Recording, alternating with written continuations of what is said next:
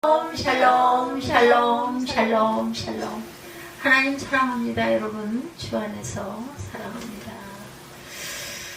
좀 그런 게 좀 습관이 될 때도 됐는데 안 돼. 이렇게 구약과 신약 모두 봅니다. 그 대상에게 차이가 조금씩 나는데 세계적인 자동차 브랜드로 알려진 제네시스 자동차 여러분들 잘 아시죠? 길에서 우리가 흔히 많이 봅니다. 자동차 회사가 있는데 아주 우리나라 자동차 회사로 지금 세계 최고 차량 만드는 그런 회사가 되죠. 그래서 제네시스 차량은 보기에도 아주 뭐랄까 좀 중후한 느낌이 들면서도 예뻐요. 그죠? 그래서 세계적으로 최고급 차량으로 팔려지고 있습니다. 성경에 제네시스라는 단어는 창세기를 가리키죠. 여러분들 다 알고 계시죠? 그래서 제네시스 차가 출시된 초반에 목사님들과 같이 다니다가 이 창세기가 가네, 저기도 가네 하면서 농담들을 많이 하셨다고 그래요. 저는 들어본 바가 없습니다. 근데 그래서 그렇구나 라는 생각을 했어요. 제네시스라는 단어는 일반적인 단어입니다. 기원 또는 태초라는 의미를 가지고 있고, 근데 이 단어가 성경 그 중에서도 첫 번째 말씀이 창세기에 기록이 됐다라는 거죠. 창세기에 먼저 기록이 된 거죠. 그리고 나중에 글쎄요, 제네시스라는 이름을 누가 지었는지 그 근원을 찾아보면 그분이 기독교인은 아니었을까 물음표가 달립니다. 첫 번째로 나오는 히브리어 단어의 베레사트입니다. 영어로는 in the beginning으로 표현이 되죠. 우리 그 NIV 성경의 in the beginning 여러분들 아마 기억하실 겁니다. 이 단어 안에 레시트라는 단어가 포함되어 있는데 바로 이 명사가 기원, 태초라는 뜻을 갖고 있어요. 이 단어가 이후에 헬라어로는 게네시스가 됐다고 그러죠. 번역이 됩니다. 여기서 예측이 되시겠지만 게네시스라는 단어가 영어로는 제네시스로 번역이 됐다는 거죠. 다시 말해서 레시트, 게네시스라는 단어 모두 제네시스와 통한다라고 우리가 알 수가 있어요.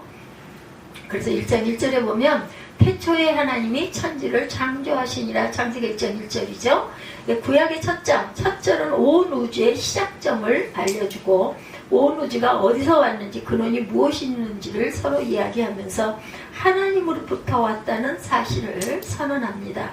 여기까지는 대부분 성도님들이 잘 알고 계시는 내용이라고 저는 생각을 합니다. 또 잊어버렸더라도 제가 이렇게 말씀드릴 때 맞아 그렇지 이렇게 동의가 되실 거예요. 이제는 그 말씀 조금 생소할 수 있는 구약 성경이 제네시스로 시작되면서 신약 성경은 어떻게? 마태복음 1장 1절이죠. 오늘 본문이기도 합니다. 1장 1절. 우리는 중반절부터 읽었지만 1장 1절에 보면 아브라함과 다윗의 자손 예수 그리스도의 계보라 이렇게 나옵니다. 방금 제가 예수 그리스도의 태초다라고 번역을 했어요. 근데 성경에는 예수 그리스도의 계보로 번역이 되어 있는데 맞죠. 계보가 기록이 되어서 쭉 이어져 간다라는 뜻을 갖고 있습니다. 그래서 개역개정 성경, 성경은 여러분들 참고로라도 여러 개 갖고 있고 조금 가끔은 비교해봐서 읽어볼 수도 있습니다. 근데 저는 이상하게 그 예전 그 고체로 써져 있는 그 공통이라고 그러나요? 그전 성경이 저는 좋지. 요즘에 새번역 성경 이런 새 성경 이런 것들은 단어가 좀 이상하고 좀 이렇게 생소한 느낌이 들어가지고 와서 닿진 않아요. 그것도 참 이상한 것 같아요. 쉬운 게 좋을 텐데 그렇지가 않습니다. 그래서 보면 계보, 그런데 구약의 맥락, 특별히 창세기와 비교해서 생각해 본다면 예수 그리스도의 태초라는 번역도 가능하지 않을까. 저는 계보가 낫다고 생각하지만 태초로 해도 틀리진 않는다. 그래서 계보라고 번역된 헬라어에 게네시스라는 단어가 사용되고 있다는 것. 즉 제네시스라는 단어가 마태복음 1장에도 나타나요. 그것도 1장 1절에. 조금 더 같이 설명을 하고 보다 보면 제네시스라는 단어가 마태복음에 2번 등장합니다. 방금 말씀드린 1장 1절에 계보를 비롯해서 또 다른 것 오늘 본문 1장 18절 오늘 본문이기도 하죠. 예수 그리스도의 나심은 이러하니라. 마태복음 1장 18절 중에 여기서 나심이라는 번호가 헬라어로 제네시스라고 번역이 됩니다. 그러니까 예수 그리스도의 태초 기원은 이러한이라는 말로도 해석이 된다라는 거. 이처럼 영어로 제네시스, 게네시스, 창세기 1장 1절 그리고 마태복음 1장 1절에 나오는 이 같은 공통된 단어들, 한글 성경으로는 잘 와닿지 않지만 원어로 보면 아주 실감이 나는 그러한 번역들이죠.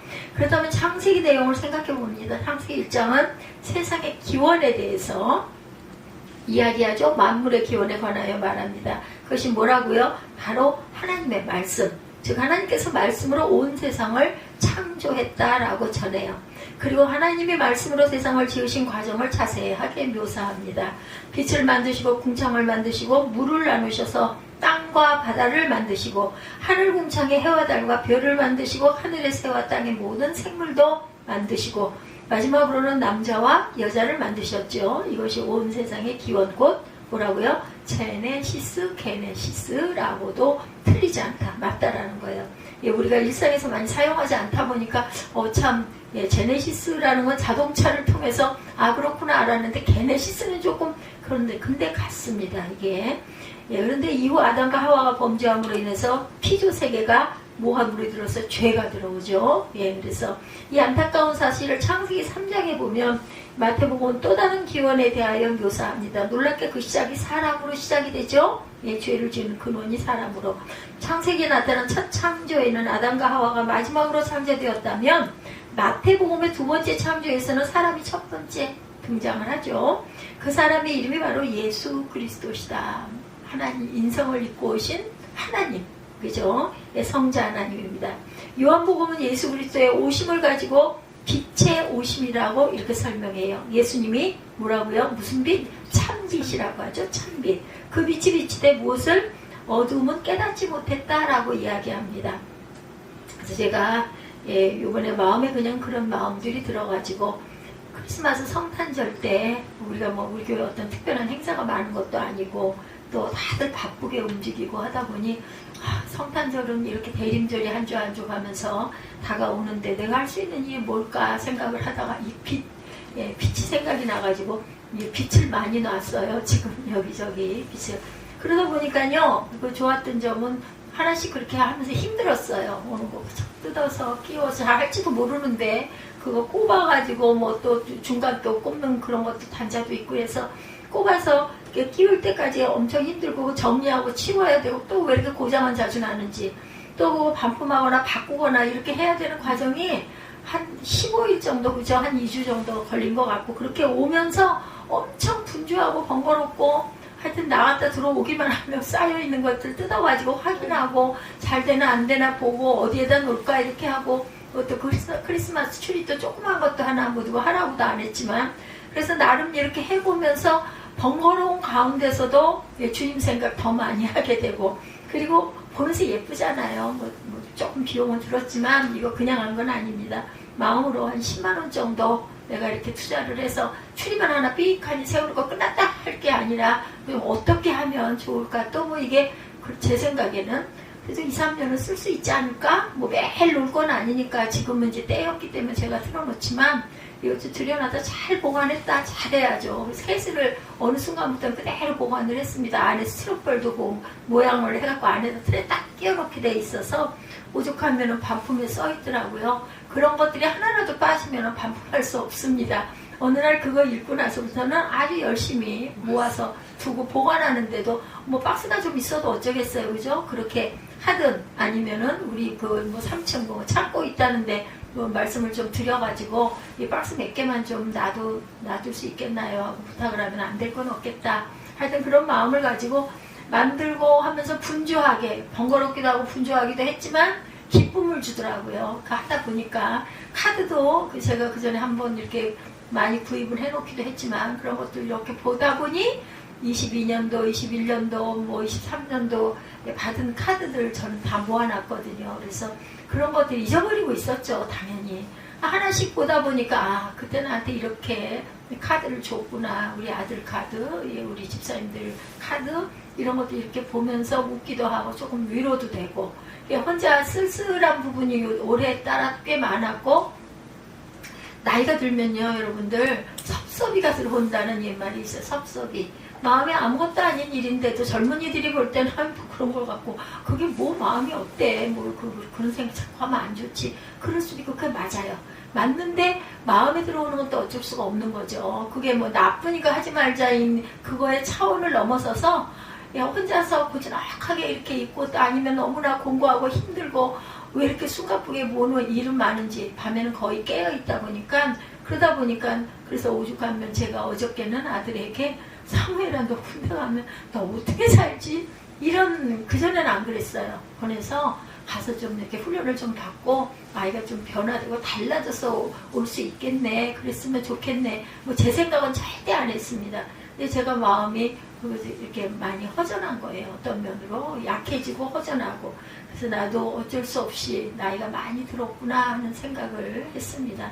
되도록이면 그런 생각을 좋은 생각으로 바꿔야 되는 것도 알죠. 알면서도 인생이기 때문에 제가 부족하기 때문에 그런 마음이 들어서 마음이 쓸쓸하고 오늘따라 겨울에도 그런 것 같아요. 날씨가 추워서 그런지 어쨌든 간에 그렇게 아주 엄청 분주하거든요. 저도 그 수영을 꼭 해야 되다 보니까 정말 12시만 되면 그때까지야 딱 아침에 새벽부터 예배 드리고 뭐 인코딩하고 해가지고 올리고 또 그날 올릴 거 이렇게 이거 올리고 그러면 또 이번 주에는 또 내가 뭘 얼만큼 해야 되나 새벽 예배 준비를 얼만큼 해야 되고 뭐가 있어야 되나 뭐 이런 것들 딱 생각을 해가지고 아주 오전 시간은 콩을 못 가요. 8시경부터 12시까지는 정신이 없고 조금은 쉬어야 되는데 그 간에 시간이 좀 빠져가지고 좀 쉴 수 있을 때는 한 15분이나 20분 정도 잠깐 그 굉장한 차이가 납니다. 잠깐 눈 감아가지고 깜빡 하고 눈 뜨면 얼마나 시야가 환해지고 힘이 나는지 조금 쉬어지면 너무 좋고 못 쉴 때는 뭐 헐레벌떡 허겁지겁 뭐 아이 깨우고 막 해가지고 이제 일상이 됐어요. 일상. 그렇게 해서 먹여가지고 함께 체육관을 가죠. 돌아오면 시간이 뭐 다른 거 절대로 하지도 않고 와도 5시, 4시 반, 5시 여기서 깜깜하잖아요. 중간에 어디 한 군데 들렸다 하면 1시간 정도는 또 뒤로 밀리기도 하고 그렇게 하고 나면은 이제 와가지고 뭐 이것저것 있는 거 정리하고 어찌저찌 하다 보면 벌써 아이 밥 주고 어떻게 하다 보면 7시 넘어 8시 사무엘이 군대를 가게 되면 이런 일은 좀 빠지겠지 없어지겠지 그래서 해방도 좀 되겠지 이 생각을 그전에는 했는데 어저께 그저께는 제 옷을 나 혼자서 어떻게 있지 여기에 이런 마음이 들더라고요. 그래서 내가 참 많이 약해졌구나 이런 생각. 우리 인생은 내일 아니면 이 순간 이후에 우리 예배드린 이후에도 무슨 일이 일어날지 아무도 몰라요. 가끔가다는 그게 좀 답답하기도 하고 내가 어디까지 정리를 하고 어떻게 있다가 가야 될 것인가에 대한 생각도 제가 많이 들고 그렇습니다.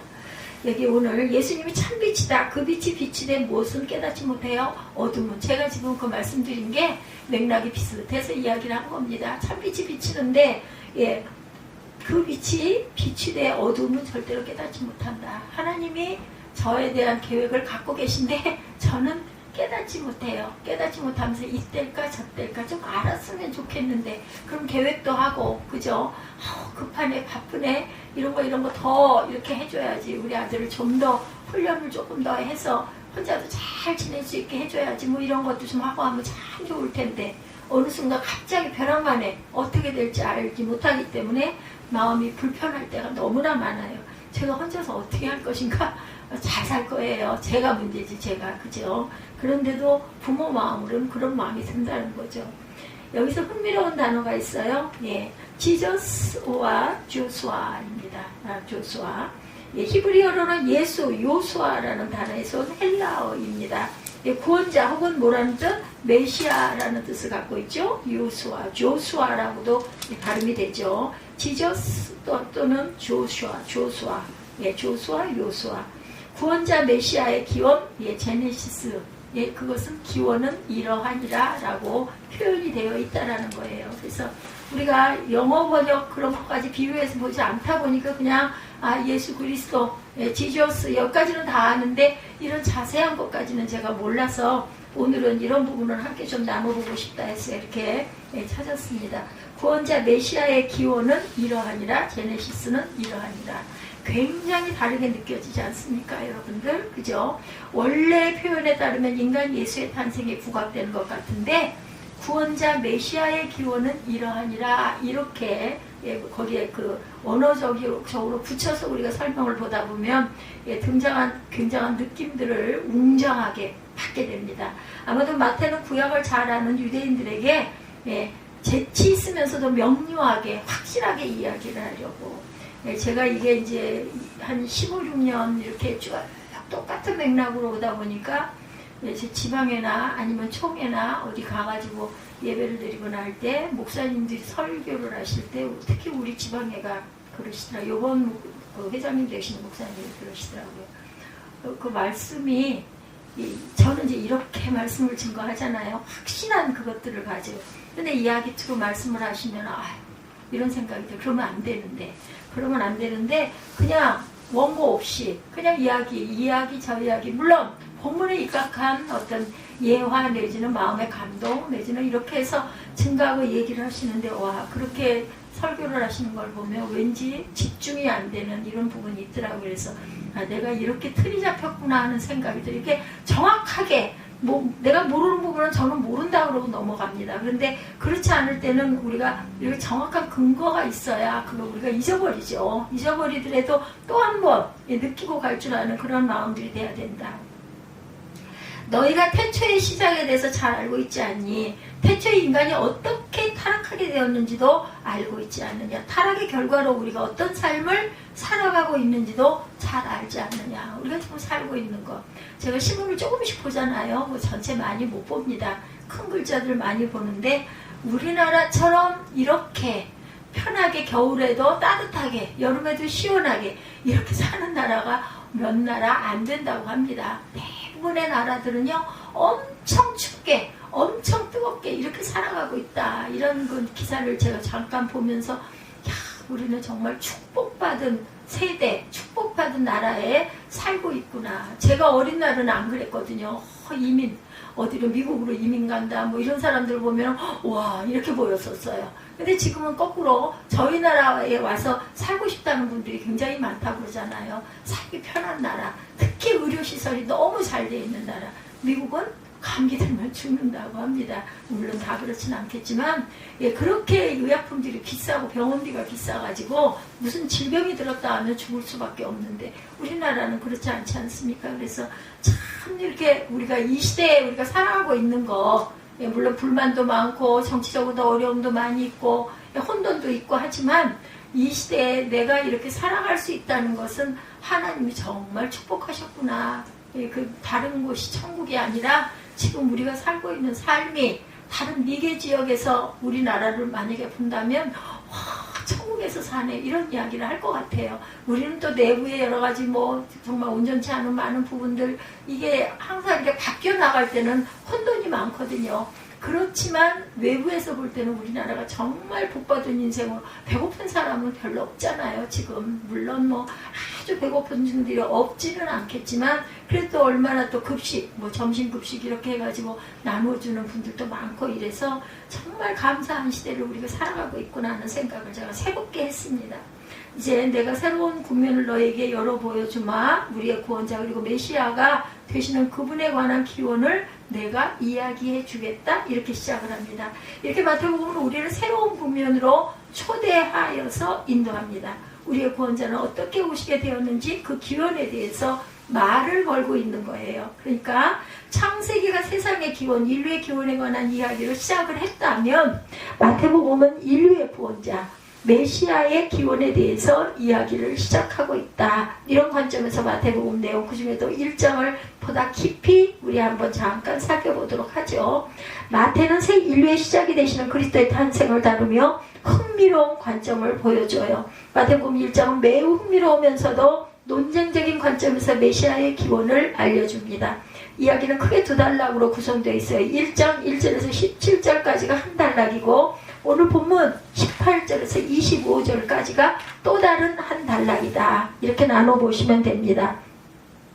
두 단락은 서로 상반되는 이야기를 전하는 듯 보이기도 하죠. 첫 번째 단락은 이렇게 되죠. 아브라함이 이삭을 낳고 이삭은 야곱을 낳고 야곱은 유다와 그의 형제들을 낳고 마태복음 1장 2절이죠. 여러분이 아시듯이 아브라함의 족보가 그려지고 있어요. 이후로는 누가 누구를 낳고 누가 누구를 낳고 계속 이어집니다. 제가 어린 날 여기 보면서 엄청 지루했었어요. 이걸 꼭 이렇게 써야 될까? 근데 그게 굉장히 중요했겠죠. 그죠? 예, 우리 그 어른들 시골에 보면 족보 갖고 계신 분들도 이렇게 쭉 이렇게 이름들이 이렇게 나열이 되게 이렇게 이어가죠. 그렇게 아브라함의 족보가 17장까지 이어져요. 엄청 길어요. 그 이름 다 못 외우죠. 예, 그 이야기 있더라고요. 성경 전체를 외우는 사람은 단 한 명도 없다고 그래요.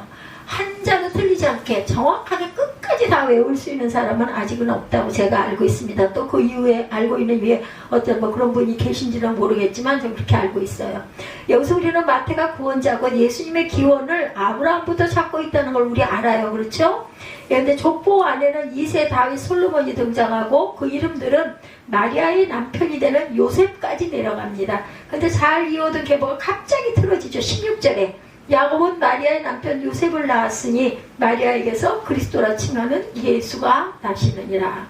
누가 낳았다고요? 요셉이 낳았다는 말일까? 마리아가 낳았다는 말일까? 누가 낳았어요? 예, 요셉까지는 정상적인 아브라함의 후손으로 이어지는데 요셉에 와서 그 주인공이 바뀌어요. 마리아에게서 예수 구원자가 나왔다는 거죠. 조금 더 가보죠. 네, 마태는 먼저 구원자 메시아 오실 하루아침에 이루어진 사건이 아니라 얼마나 오랫동안 계획되고 기다려진 사건임을 암시해요. 이것은 성경의 예언을 성취하는 사건입니다. 이사야서 11장은 이새의 줄기에서 메시아가 나온다 이렇게 증거하고 있죠. 11장 1, 2절입니다. 네, 이사야 이새의 줄기에서 한 쌀이 나며 그 뿌리에서 한 가지가 나서 결실한 것이요 그의 위에 야훼의 영 곧 지혜와 총명의 영이요 모략과 재능의 영이요 지식과 야훼를 경외하는 영이 어떻게 했어요? 강림하시니라. 이사야 11장 1, 2절에 이렇게 증거해요. 이사야서 9장은 다윗의 자손으로 오실 메시아를 또다시 예언합니다. 이는 한 아기가 우리에게 낳고 한 아들을 우리에게 주신 바 되었는데 그의 어깨에는 정사를 메었고 그의 이름은 기묘자라 모사라 전능하신 하나님이라 영존하신 아버지라 이렇게 설명되어 있어요. 그리고 7절에도 평강의 왕이라 할 것이니라. 그 정사가 평강의 더함이 무궁하며 또 다윗의 왕자와 그의 나라에 군림하여 그 나라를 굳게 세우고 지금 이후로 영원히 정의와 공의로 그것을 보존하실 것이라. 만군의 야훼 열심히 이를 이루시리라 이렇게 설명되어져 있습니다.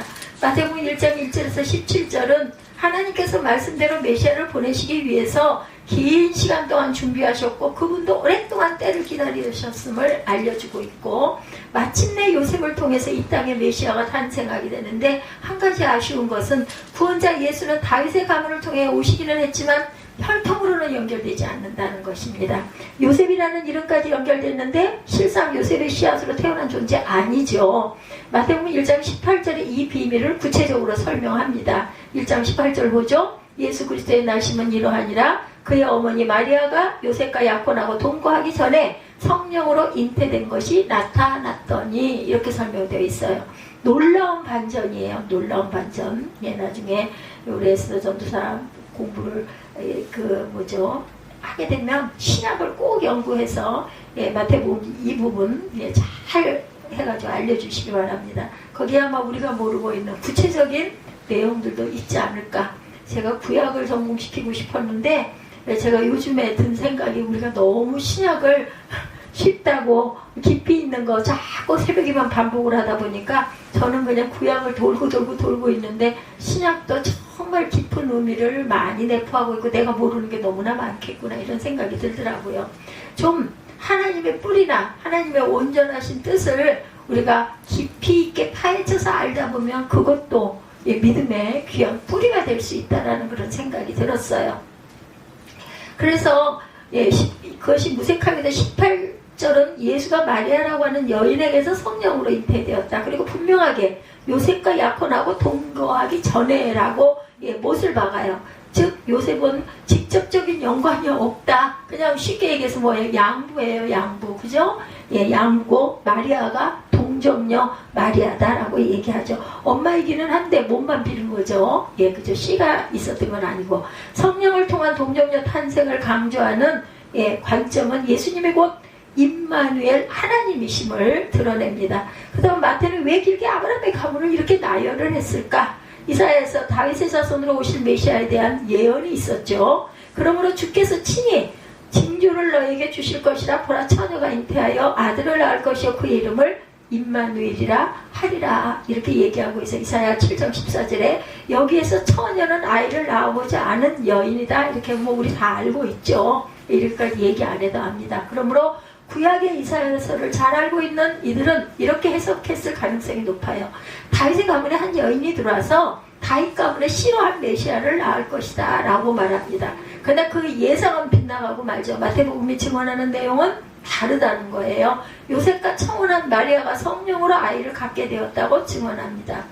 차라리 이렇게 이야기를 풀어가는 것이 더 좋지 않았을까. 성경에 예언된 것처럼 이새의 뿌리에서 다윗의 자손 중 한 아이가 태어날 것인데 그 아이가 바로 우리에게 보내신 메시아다. 예수 그리스도는 이렇게 오셨다라고 이렇게 얘기하면 쉽게 납득이 될 것 같아요. 그죠? 근데 왜 마태는 성령을 통한 동정녀 마리아의 탄생을 이렇게 이야기를 했을까? 성경이 모순이었나? 아니면 불연 속성을 가지고 있는 것일까? 아마도 이것이야말로 메시아의 진짜 기원, 오심이기 때문일 것입니다. 인간의 방식을 넘어서는 방식으로 예수님이 뭘로 오셨어요? 기적으로. 우리가 생각하기에는 조금 상상하기 어려운, 우리 가끔가다 기적, 그 기적이야 이런 얘기 많이 하죠. 작은 일상도 우리는 믿는 자들이기 때문에 우연히 아니면 운이 좋아서 이렇게 됐다 생각하지 않고 내가 엄청 마음으로 사모했던 어떤 작은 일 이런 것도 딱 내가 좋도록 딱 이루어지면 하나님 감사합니다. 하나님께서 내가 이렇게 힘들고 내가 이렇게 사모하는 거 아시고 이거 이렇게 할 수 있게 해주셨네요. 왜 이렇게 감사하지 않습니까? 저 그거 나쁘다고 생각은 안 합니다. 모든 일상을 그렇게 해석하면은 잘못하면은 그게 하나의 터부가 될 수 있다라는 얘기를 틀렸다고 생각하지는 않지만 그래도 모든 일상에 잘되고 좋은 것 하나님께서 피할 길을 주시는 것은 아버지께 감사하는 게 저는 맞다고 생각을 해요. 그런데 알고 보니까 다윗의 자손이 아니고 사람의 아들이 아니다. 하나님께서 오신 거죠. 하나님 자신이 이 땅에 오셨어요. 이 사실을 마태가 증언한 겁니다. 주님은 천사를 통해서 그의 이름을 임마누엘이라 하리라. 이 말의 뜻은 하나님이 우리와 함께 계신다라는 것. 하나님께서 우리에게 구원자를 보내주셨는데 그는 건강한 사람, 특출난 사람, 지혜 많은 사람, 총명한 사람이 아니라는 사실을 성경은 증언합니다. 도리어 그분은 성령을 통하여 마리아의 몸에서 나시고 성육신하셨다. 임마누엘, 우리와 함께 하시는 하나님이시다. 이 얼마나 놀라운 말씀입니까? 그저 조금 더 나은 인간, 영웅적인 인간을 바란 이스라엘에게 하나님께서 직접 오셔서 우리의 구원자가 되시기로 작정하시고 우리를 위한 메시아가 되기로 작정하셨다라는 거예요. 이것이 뭐예요? 은혜입니다. 은혜, 그레이스죠. 그레이스. 알파와 오메가이신 영원하신 하나님께서 우리 같은 죄인들을 구원하시기 위해서 참 사람이 되셨고 이것이 성육신의 비밀이기도 하고 성탄의 비밀이기도 합니다.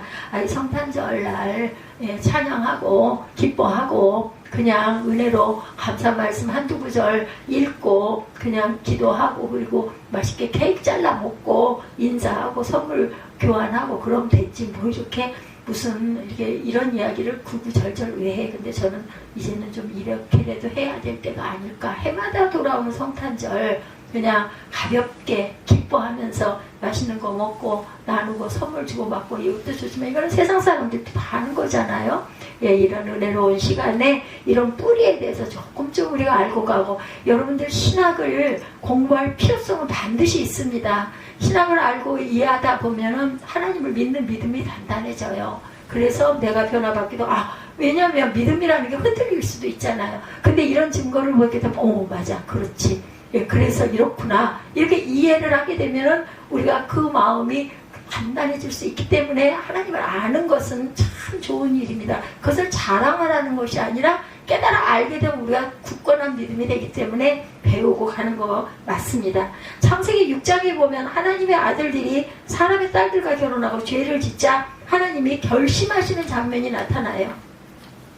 야훼께서 이르시되 나의 영이 영원히 사람과 함께 하지 아니하리니 이는 그들의 육신이 됨이라 창세기 6장 3절에 이렇게 말씀합니다.